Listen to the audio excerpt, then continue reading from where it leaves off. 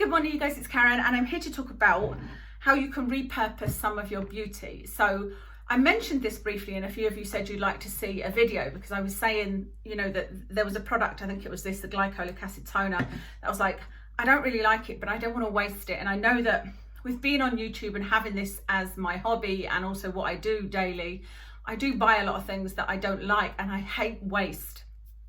You know, I'm trying to be much better at recycling and things like that. And so yeah, I tried to think of different ways I can use things, and some of these things I've been doing for many years actually, so hopefully you can get some ideas from this as well. Okay, I've got my list here. Number one is shampoo, and this is the one I showed you actually, because I don't have it because I've thrown it away, but I bought the Soap and Glory, I think it was called charcoal deep cleansing shampoo, something like that, and I didn't enjoy it at all. I thought it felt really weird in my hair, and I was like, okay, what can I use this for? Because it was more like a scrub, and I thought, I'm going to try it as a shower gel. I'm just going to use it up that way, because they're very similar ingredients to what you would use in a shower gel, you know. And so that's the way I used it up, and I really enjoyed it, especially because it had kind of little scrubbies in it. I normally wouldn't bother buying something like that.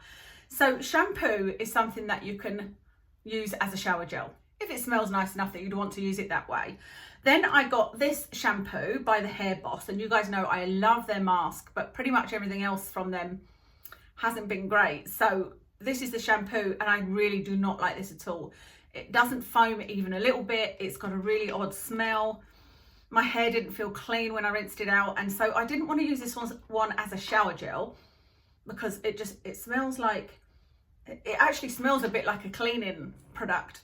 So cleaning is something else you can do with shampoo, and this is something that I have done for many years because my nan told me to. My nan was always very anti-chemicals, and she was so ahead of her time. I'm sure you've heard me say before.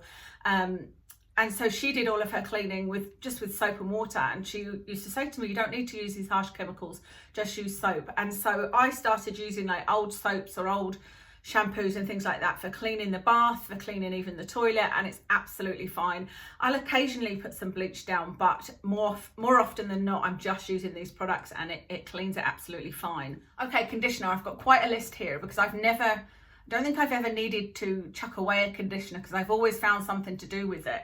I would often use it as a mask. So if it wasn't good as a conditioner on its own, I would put it like you would a night serum, so put it on the ends of my hair and just wash it out the following day, and that sometimes works out really well. If it doesn't work as a conditioner for me, it's generally because it's too heavy and will weigh my hair down, but putting it just on the ends dry at night and then rinsing it out seemed to work a bit better. I've used them as a tamer mostly, you know, like where you just put a little bit in your hands, rub it together and put it over your dry hair, and it sort of tames down any frizz. That's normally not a problem with a conditioner I don't like. Shaving, a lot of us know this one anyway, but I have used it for shaving my legs before. I sometimes use my conditioner that I don't like on my dog Watson, because it depends on the pH and how strongly perfumed it is, but they often work very well on him. And something else I discovered recently, and I thought, let me give this a go, was putting it on a sponge and cleaning doors with it, because I know that fabric softener was one of Mrs. Hinch's ideas, wasn't it? And I thought, I wonder if conditioner would work, because I've got, you know, a lot of conditioner. I put conditioner in a bit of water, just sort of swirled it around, put my sponge in, and it worked really well, cleaning down cupboard doors, room doors, everything. So there's quite a few ideas there for you for conditioner. For lip balm, I only found one. If anybody's got any suggestions for any of these products, feel free to leave them in the comments. That would be really useful. But for lip balm, I only thought of one thing, and I have actually used this before. I don't know whether I could do it just by using this, but it's to tame my brows. And I thought about it more recently because I'm looking for, I'd love to find a double-ended pencil that has wax on one end and an eyebrow pencil on the other, but a normal size, not a jumbo size, you know, something like this. And actually Superdrug B used to do one, and I used it all the time. I remember it's called Hazel, and I would use it until it was like literally gone. I'd put the eyebrow pencil on, use the wax on the other end, and the wax was very much like a lip balm. So I haven't been able to find this product that I'm looking for, so I thought, I wonder if lip balm would do it. And so I put it on with a little brush, because this lip balm, it's nice enough. This is the It Cosmetics.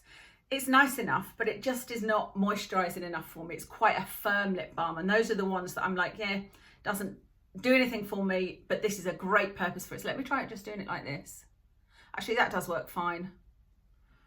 And I can feel that instantly that's kind of, that will hold everything in place, you know. But like I said, I was doing it with a brush, or you could use like your little spoolie and go across the top like that, and then brush it into your hairs like that.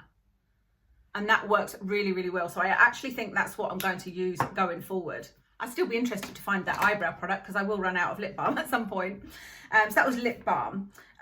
Just a word on makeup. I haven't got any here to show you, but I have done this in the past. Most makeup can be used for other purposes. So I've put, lipstick can be used as blush. I've definitely done that before, you know, just a little dot of lipstick on your cheeks, I think is what they did years ago anyway, didn't they? You know, you can definitely use that as a kind of cream blush. Bronzer can be used as eyeshadow. That's something that I did before I discovered eyeshadow. I discovered bronzer first, and I'd put bronzer over my face, and then I'd just use the brush and go over my eyes, and it just sort of gave it a bit of colour or a bit of shadow. And normally a bronzer makes a great crease colour. What else I said here? Highlighter for eyeshadow. I've used that before. If I've got a highlighter, I don't really use highlighter, but I have used them as eyeshadows. An eyeshadow for lips, I did use the Kiko liquid eyeshadow as a lipstick one day, and it was absolutely fine. So I think there's so many possibilities with makeup. You know, just have a look at your makeup and think, would I like that eyeshadow as a lipstick? Would I like that lipstick as an eyeshadow, or that blush as an eyeshadow? Vice versa. There's so many options. Okay, next on the list is acids. This is skincare. The two I've picked here are the alpha lipoic acid. Yeah, alpha lipoic acid by The Ordinary, and this one is the glycolic acid by Boots. This one is very, very weak. It's not a strong product at all. They don't tell you what the percentage is, but this one is very, very strong. It's the opposite, and that's why I do love this. I do love how it makes my skin feel, but it goes off very, very quickly. Even me sitting here with the light coming in from the window is very bad for this. But it's just another one of those products that, although I think it's nice, my skin reacts really badly, really sensitively to it, like with azelaic acid. Like, I love azelaic acid, love alpha lipoic acid, but my skin just is too sensitive to them, and I've never, you know, borne with it to try and get my skin accustomed. But with acids, they are great for several things. You could use them, especially something like this alpha lipoic acid, you could use this in with a foot cream, and I think that would be really, really useful, you know, on sort of dry skin areas. What have I put down here? Feet, bikini and tan. Yeah, so this one, I've been using this on a cotton pad around my bikini area. So if you get problems with ingrown hairs, using some kind of acid like this is absolutely brilliant. I could probably use this as well. I don't know how well this would work. I might actually try it.